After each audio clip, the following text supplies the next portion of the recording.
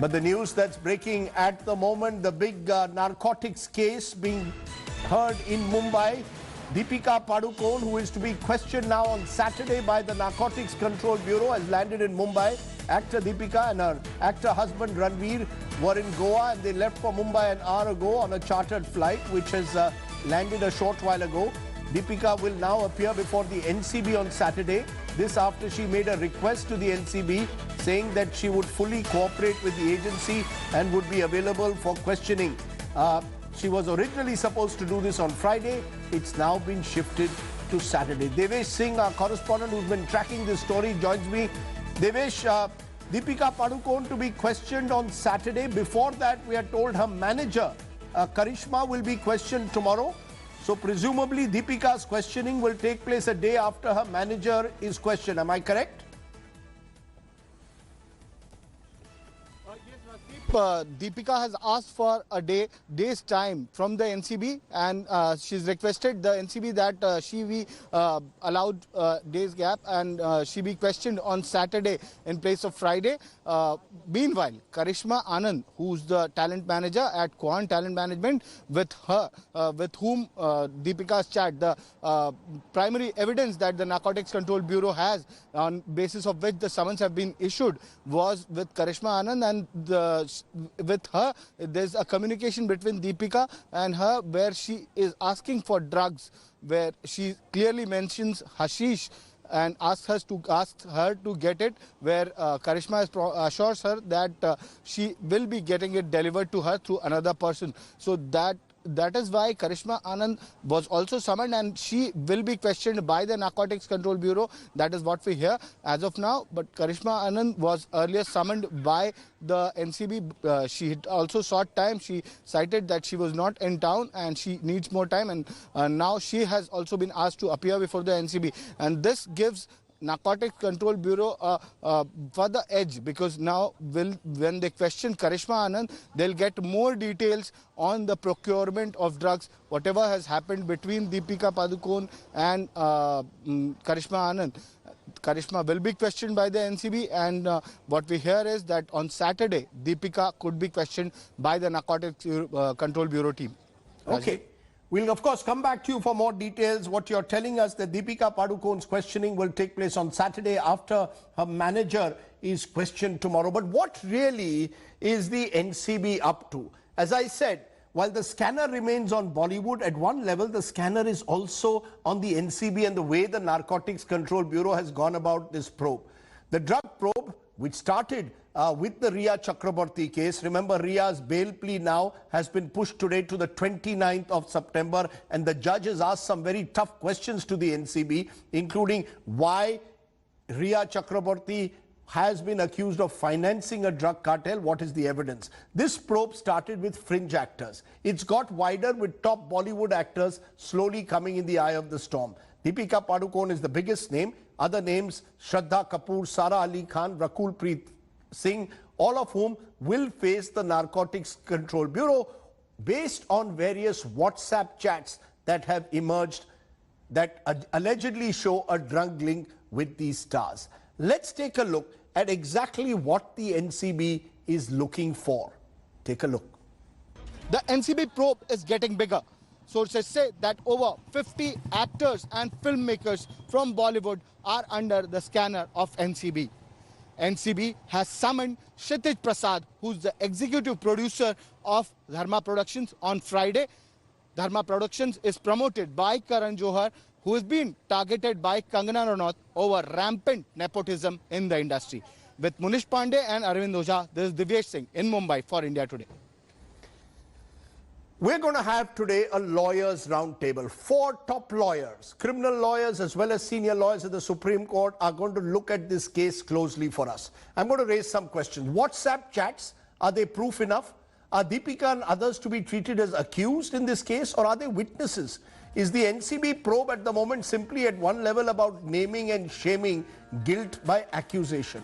Joining me now are Zulfikar Memon. He's a young lawyer and a managing partner of an important law firm in Mumbai. I'm joined by Aryama Sundaram, top lawyer at the Supreme Court. Rizwan Merchant is one of Mumbai's top criminal lawyers. And Bishwajit Bhattacharya, former Additional Solicitor General and Senior Counsel at the Supreme Court with us. Thank you all very much for joining us. I'm going to come to each of you one by one on specific issues, and I'm going to start with Zulfikar, who joined me a little while ago, on the issue of WhatsApp conversations.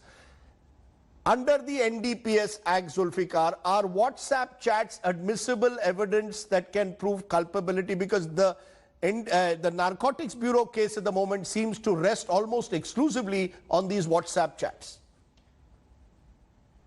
Rajdeep, thank you very much. At first, let me tell you that WhatsApp and electronic evidence by itself is not enough. It is admissible, no doubt about it, but that just leads to something else. The fact is that the most important aspect of any offense is that there has to be a crime which has to be committed. So even if there is this WhatsApp chat, or if the chats have come out now in the public and that we read about messaging each other about buying or procuring or consideration, or even if there is any consumption or anything like that, it has to be backed by the fact that did that actually happen? So even if the NCB gets hold of these chats by itself would be meaningless. It can be admissible in the court of law only to the extent that that has to lead to a particular act, which means that this chat will now lead to others to come in, whoever are involved in this chat, to come in and give their statement to the NCB. And in that statement, they will be questioned as to what happened after these chats. And I don't think anybody would go there and admit that, yes, based on these chats, I did procure, buy, pay consideration, or then even consume. So if that cannot be demonstrated after that, it's meaningless. So you're telling me simply on the basis of the chats, a case cannot be built. Am I correct, Zulfikar? Yes, that is exactly what I'm saying is not enough at all. I mean, it can lead to a lot of sensationalization in relation to celebrities as to what is the content of the chat that they exchange with parties. But anybody as a defense lawyer, I would advise my client, if at all, they have to go for a statement. You know, nobody will ever go and admit that, yes, this is in relation to something that I've been doing and I've been consuming. More importantly, the fact is these chats date back to 2018, 2017. I mean, really, nobody has recollection of these chats, whether they were actually done on their phone, somebody else used the phone, is it really authentic? All of these things will have to be tested, and that will be the test of the trial. So at the time of trial, the most important thing what the investigating officer is going to do at this point of time when they receive the chat is that they're going to couple it with a 65B notice certificate, which is going to just prove the authenticity of the source where these chats have come from. That's it. But then based on that, you know, is there an act to prove? Is there recovery? Is there proof of consumption? Is there proof of purchase? All of these things are going to be faced. The investigating agency will be faced with all these things. Let me come to you therefore, Aryama Sundaram. Do you believe WhatsApp chats are evidence in itself? If today Deepika Padukone is, there is a chat from say 2 years ago where she says, "Mal hai kya, hash na, ganja nahi," are these enough to start some kind of a prosecution process under NDPS? Look, Rajdeep, before I answer you, let me tell you exactly what a WhatsApp chat or any electronic media is proof of. Yes. At the most, it is proof that a message emanated from a certain machine and was received by another machine. It is proof of that fact, that it emanated, the WhatsApp chat may have emanated from this telephone number, was received by another telephone number. Apart from that, there is no other presumption. As to its contents, as to what happened thereafter, there is no presumption at all. There is not even presumption that a given person received it. It's an instrument received it. So you must realize that that is the extent of the WhatsApp chat, which is what brings me to the major issue. I refuse to believe that the NCB, which is a board which should really be going into huge issues of massive drug smuggling and drug peddling and drug pushing in India, is spending so much time and energy, as attractive as it may sound, against the Bollywood stars. But I feel that we are mistaking between what is an investigation and what is a trial. The only way I can see NCB being justified in this overall glamorization of the investigation, calling all the Bollywood stars, etc., I refuse to believe it's for their self-aggrandizement. I can only think that perhaps they're using these and summoning these people to find out what the source of these drugs are. who actually is peddling the drugs. Where are these drugs coming from? Are these drugs coming from other countries? If so, where? And probably start the chain by starting at the bottom rung of the ladder and try to work up to find the actual source, which is the only way I can see the importance of NCB getting into it. Okay. Not to catch Mr. X or Mrs. Y or Mr. Z having consumed drugs, because something like that should be done by a local police officer, and it's something, according to me, is not something for a mammoth inquiry. Consumption of drugs itself, in itself, is not a great offense under the Act, and rightly so, because these people ought to be treated and not punished. I'm going to come to that specific issue of consumption in a moment, and what consumption, how consumption should be looked at. But I want to, for a moment, just get all your views on WhatsApp evidence, because, as I said, that has been the primary evidence that the NCB seems to be working on. Rizwan Merchant, your view: WhatsApp chats, some of which date back to 2018, 2017, are they enough for the investigations to lead to any kind of prosecution?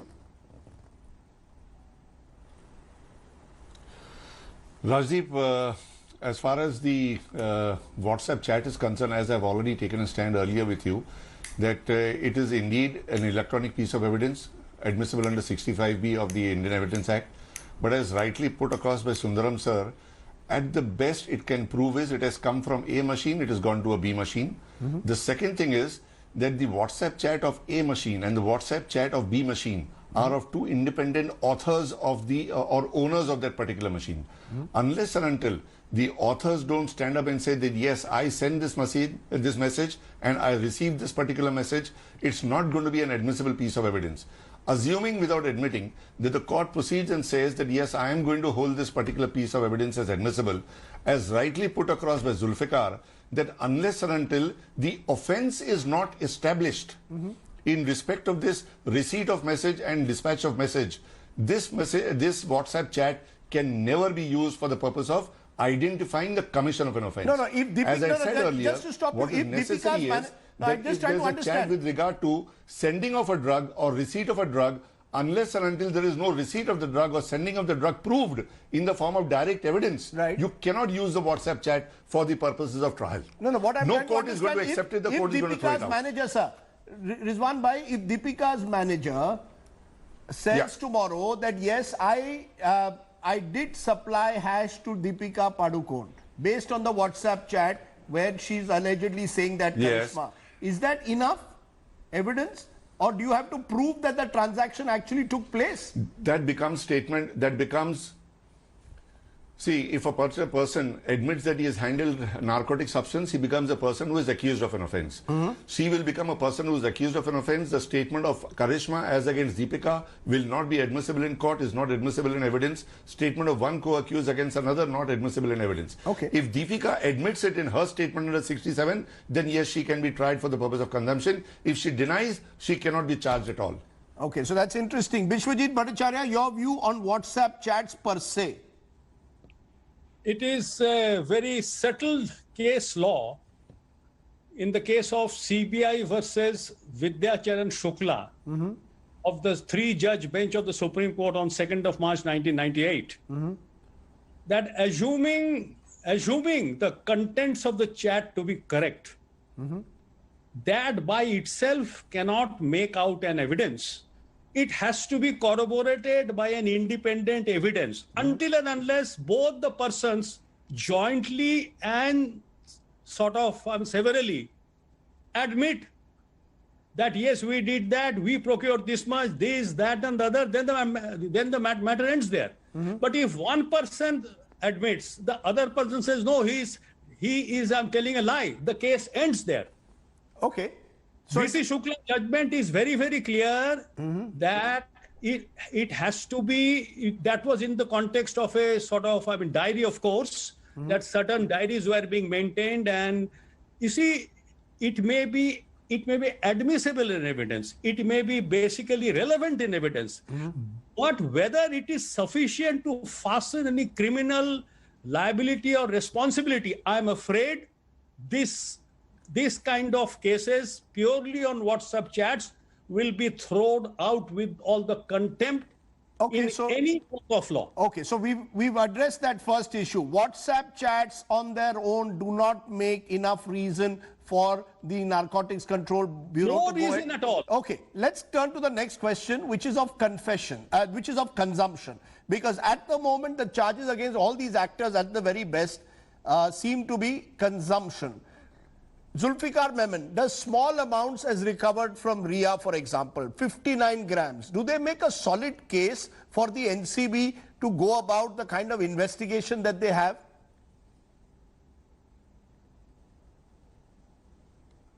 The amount matters, and it is specified very clearly in the act as to how much is consumable, how much is kept. See, because after a certain portion, even if it is kept for consumption, and you may have kept it in a store for your consumption on a weekly basis, but if that quantity exceeds the small quantity and comes into the borderline of commercial quantity, then it's a serious offense. Then it is regardless whether you've kept it for consumption or you have kept it for whatever purposes. So the idea is that how much of the contraband is has been taken from you and recovered from you is a very important aspect. So all that needs to be checked.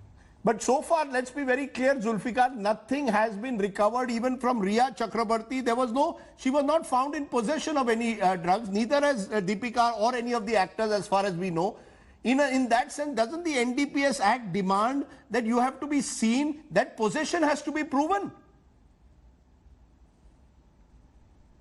Exactly.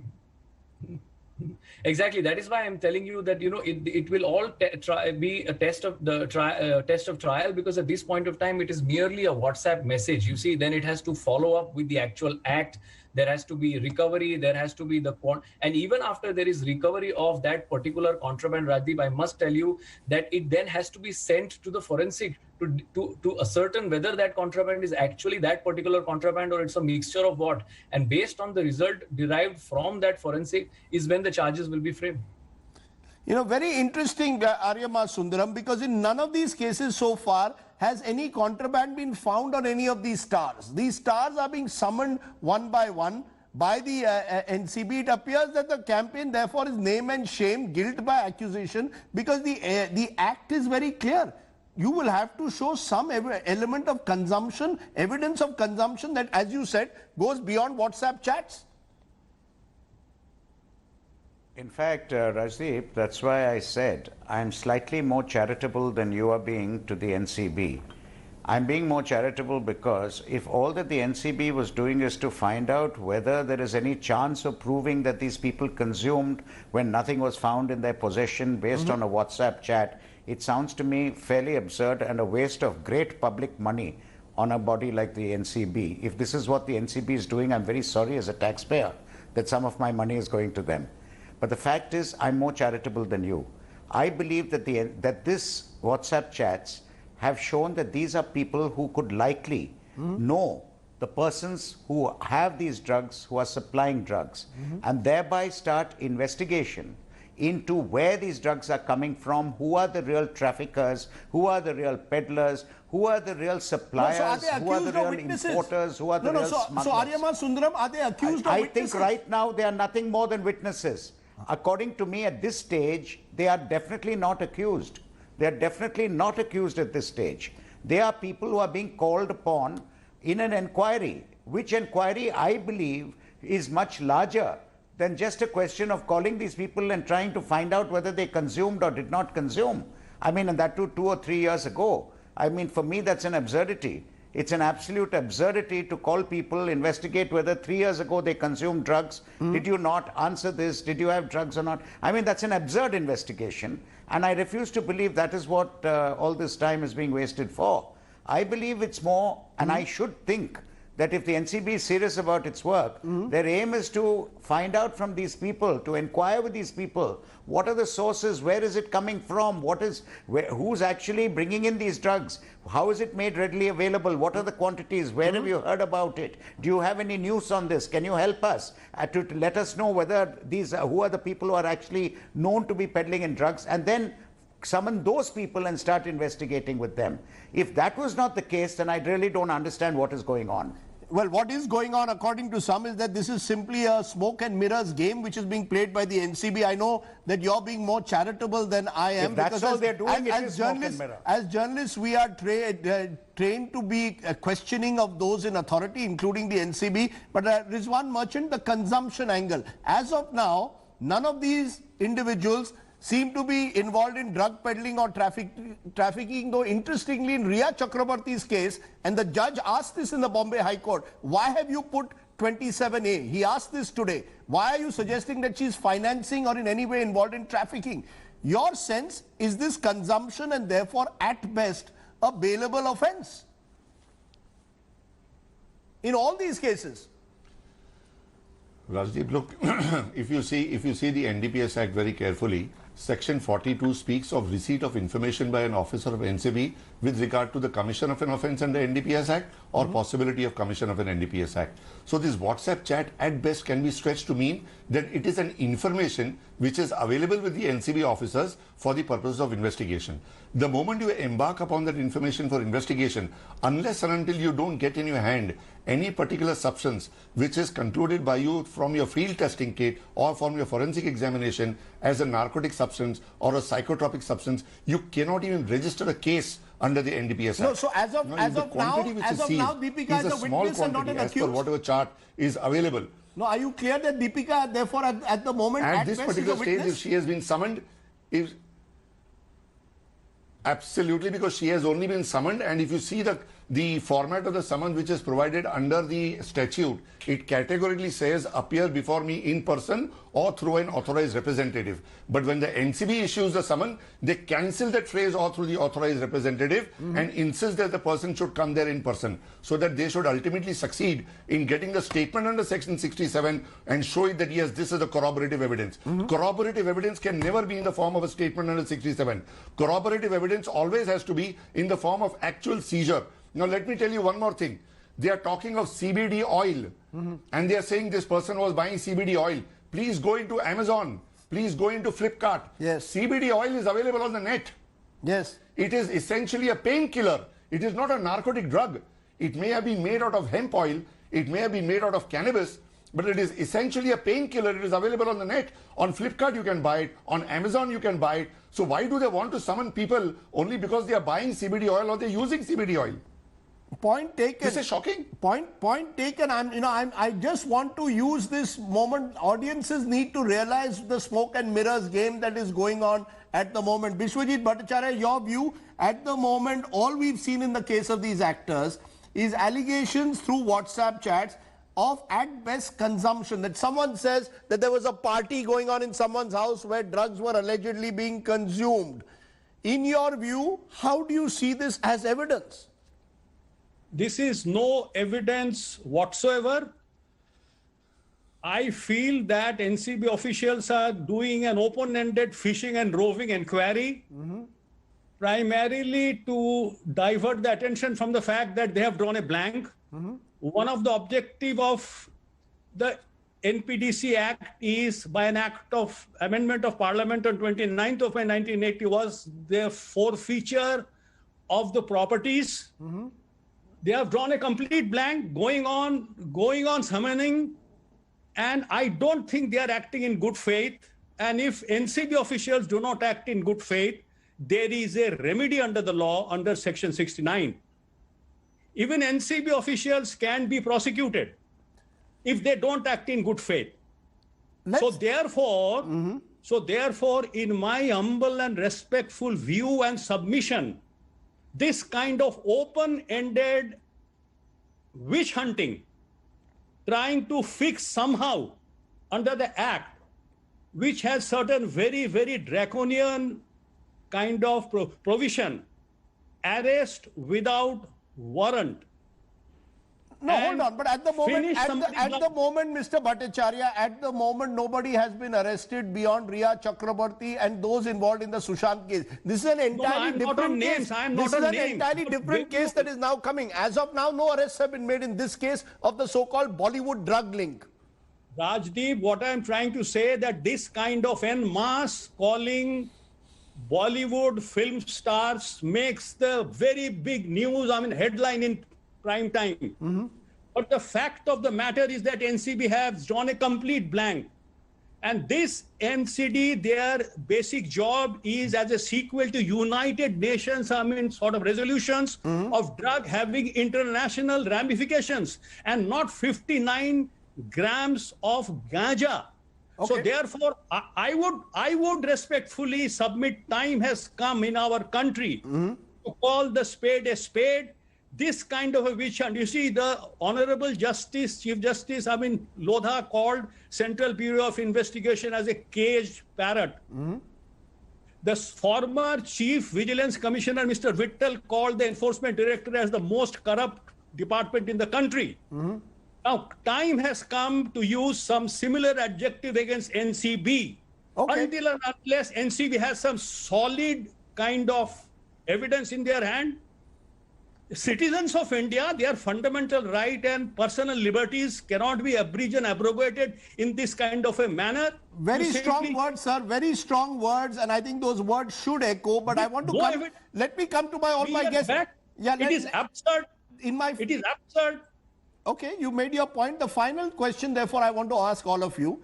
Zulfikar Memon, do you see this as a fishing expedition? Prima facie, is this NCB engaging in this what I call the smoke and mirrors game, where you keep calling in people, create this impression that you're actually tracking the drug mafia, when all you're doing is guilt by accusation?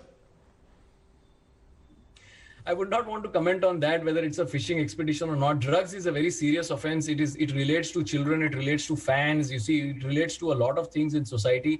But at this point of time, it's just the sensationalization, the way the madness is all, hyped, that I think is a little bit too much as far as the celebrities are concerned. Because as I said, one must be also considerate to the fact that it takes humongous amount of effort to build reputation, and then just because of some chats which are flying in the air, which are not even authentic, nobody has seen whether they really exist, how are they come, statement of Miss Saha, and those statements can easily be retracted at a later stage. I can understand that NCB statements given to NCB are all admissible, but at a later stage, there is still an option to retract these statements. So eventually, 3 months down the line, all these statements, what we are seeing, may be retracted. So it's a little too much of sensationalization, I feel. Do you agree with that, Aryama Sundaram, that this case has been deliberately or needlessly sensationalized? The manner in which the NCB has gone about the case does leave question marks. Bishwajit Bhattacharya is going as far as saying that, he believes that his time has come to call a spade and question the NCB's style of functioning in this case. My answer to you, Rajdeep, is that if it is the aim of the NCB to find out what the source of these drugs are, to clear the real drug menace, to find out who the peddlers are, smugglers are, suppliers are, then I think the NCB is justified in carrying on the investigation. If it is nothing but to sensationalize, certainly not. And in that context, I want to say that if their aim is exactly what I would have liked to believe it was, which was to find out the source, I cannot understand why all this information is coming out from the NCB sources. Why this is being sensationalized, for which the media has no small role to play. The topic is being sensationalized, and the NCB is doing one nothing. minute, Aryama Sundaram. It's not the way. 1 minute, Aryama Sundaram. Normally, sir, just a minute. Normally, in such cases, when there are people that you want to call in, whether at witness or accused, you do it under a cloak of secrecy. Here, names are leaked out. So therefore, Absolutely. the media. I'm agreeing with you, Rajdeep. Even if you want to catch the peddler who's allegedly linked to this drug consumption, the peddler will disappear. That's the irony of it. The peddler will never be caught. That's why, Rajdeep, I agree with you 100%. That's exactly what I'm saying. While I'd like to believe that the NCB is really wanting to come to the source of all this, unfortunately, the manner they're going about it by sensationalizing it makes me wonder what they're exactly doing. And that is something I criticize completely. They have no business to sensationalize it like this. They should carry on an investigation, a quiet one, to find out what the real, who the real villains are. That I would justify. But if they're using this to sensationalize, and I'm saying even if if their aim is to find out who the real villains are, they have no right, they have no call to sensationalize it the way they have. And I'm finding equal fault with the manner they're sensationalizing it. Point taken. Rizwan Merchant, in your long career where you've dealt with similar cases, is this unusual, the way the NCB is playing this out in the public domain, that even if you're a peddler tomorrow and you want to reach out to the catch the peddler, he will disappear. You will never catch him with the drugs now. You are absolutely right, Arnab. Rajdeep. Sir, whatever it is, please don't call me Arnab Goswami. I will find it difficult to handle. It No, I'm so sorry. My for me to handle that. He was a good old friend of mine, but his journalism and my journalism are now apologies. The thing is, I've been coming on his show so regularly. Yeah, that's okay. That's okay, 9 o'clock was always a time fixed for him, but not anymore. Okay. Not anymore. My apologies. No problem. You definitely deserve not to be called by Arnab. No. Now, you see, as far as my entire career, 35 years, yes, I have never come across a particular case by NCB where they would disclose the contents of a particular statement, more particularly the names of co-accused who are wanted by them or who are parties to a conspiracy, etc. They go to this extent of maintaining secrecy that even in the remand application, they do not disclose it to the court as to who is the next accused in line, who is the conspirator, who is the co-conspirator, etc., etc. This is for the first time that now they say we've got 150 names. You're going to be disclosing 150 names. This is never done. You always maintain secrecy in respect of one particular name. Right. Why is it that you are ready and willing to disclose 150 names? It has never happened. You know that it should not happen, because as you rightly say, if one particular person's name is disclosed, he's going to disappear. He will get the best of legal facilities available. When he goes to the office for the purpose of statement, he knows everything what is likely to be questioned.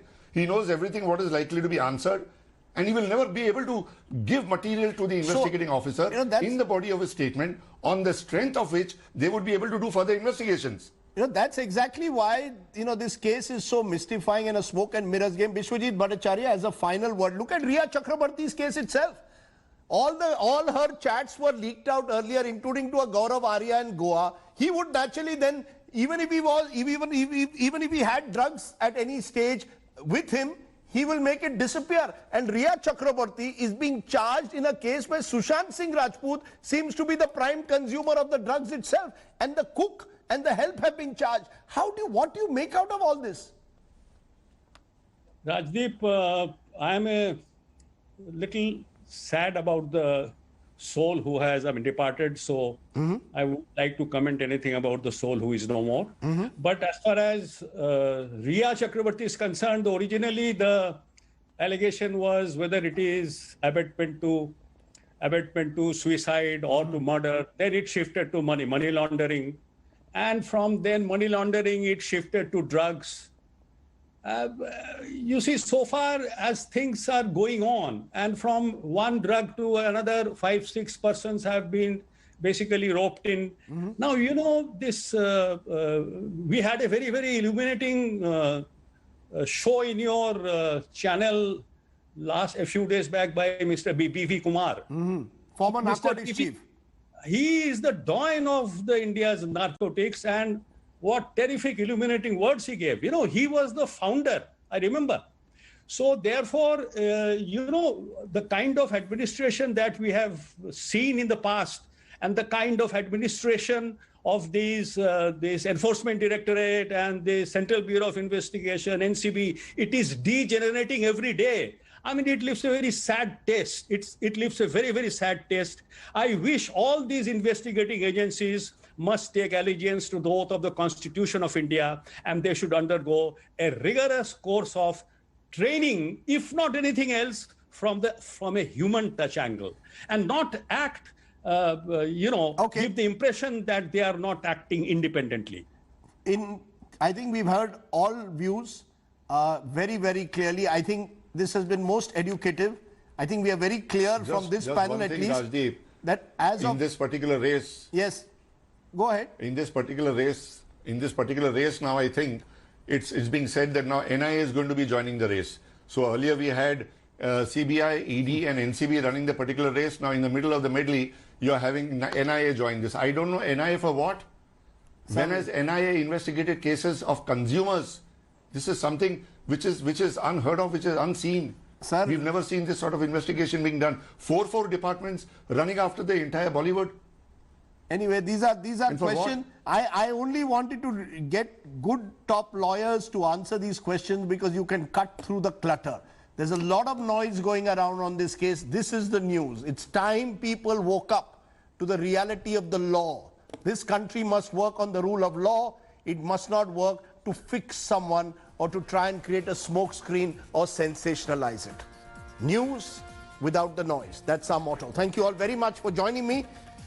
Don't worry, we will also be focusing on the farmers issue, 10 p.m. tonight. Let's turn to my Get Real India story. Remember, Mumbai over the last 48 hours has witnessed heavy rainfall and buildings have collapsed, including a tragic one in Bhiwandi where more than 25 people have died. In a miraculous rescue, though, a man trapped in the rubble of that collapsed building was rescued after more than 24 hours. His moments under the rubble were caught on cam. This, as I said, even as the death toll in the building collapse continues to climb, it's now up to 39. Take a look. अगर बच गया तो अल्लाह का लाख लाख शुक्र, नहीं तो अल्लाह हाफिज मेरे बच्चों. For more than 10 hours, Khalid was in the rubble of a collapsed building in Mumbai's Bhiwandi. His fate uncertain, but his resolve unmatched. He did not lose hope, and that is what paid off.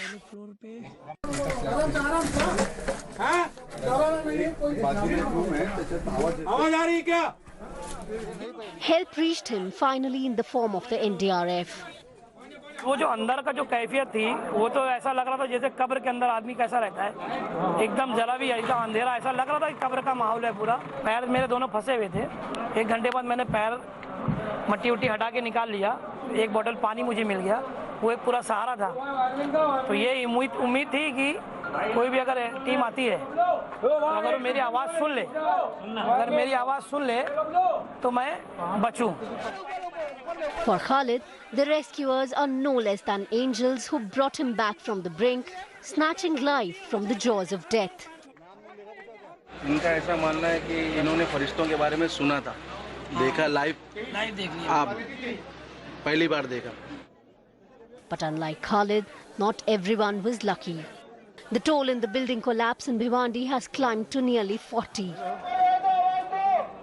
The Bombay High Court has taken suo motu notice of the collapse, terming the incident as very serious.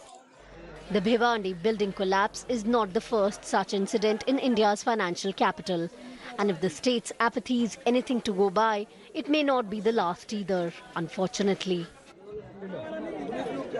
Bureau Report, India Today.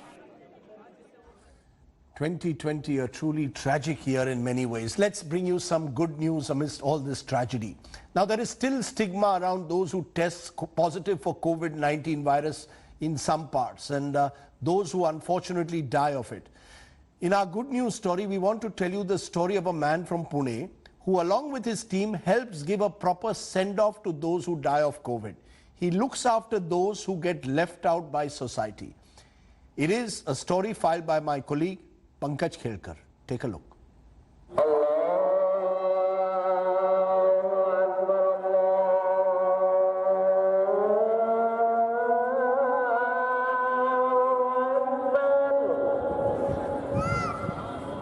जो लोग corona इस बीमारी से मरते हैं तो महापालिका के कर्मचारी भी उसका अंत्य विधि करने के लिए डर रहे हैं.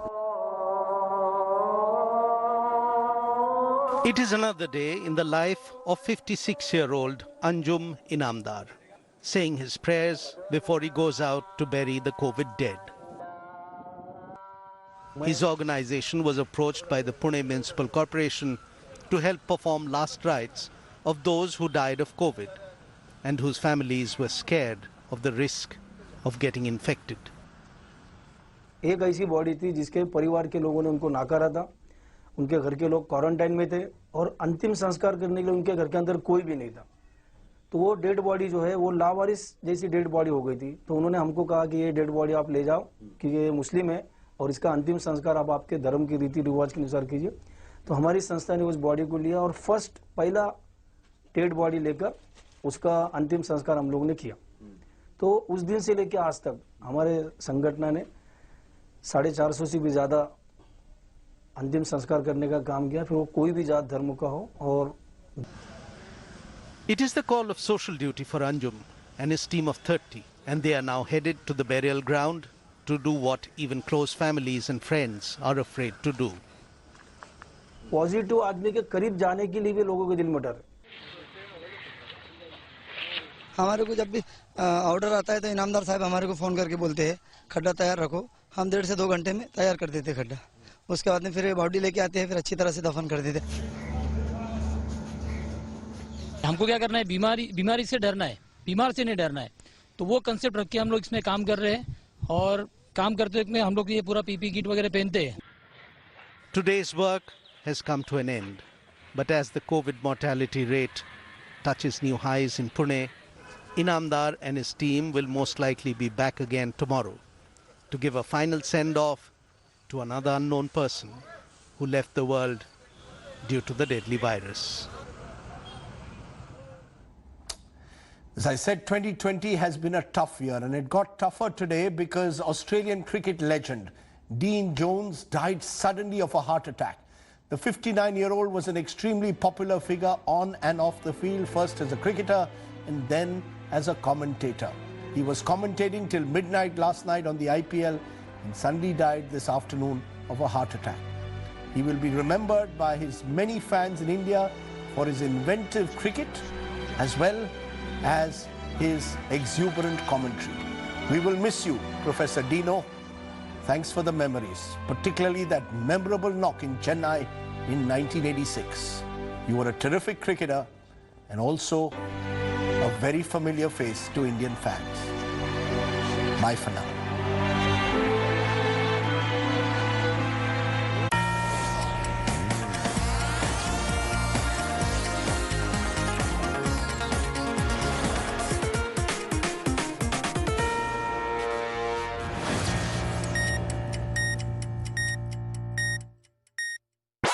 India Today TV, along with 70 other news channels, is a proud member of the News Broadcasters Association since 2007. We strictly follow the code of ethics and guidelines issued by NBS.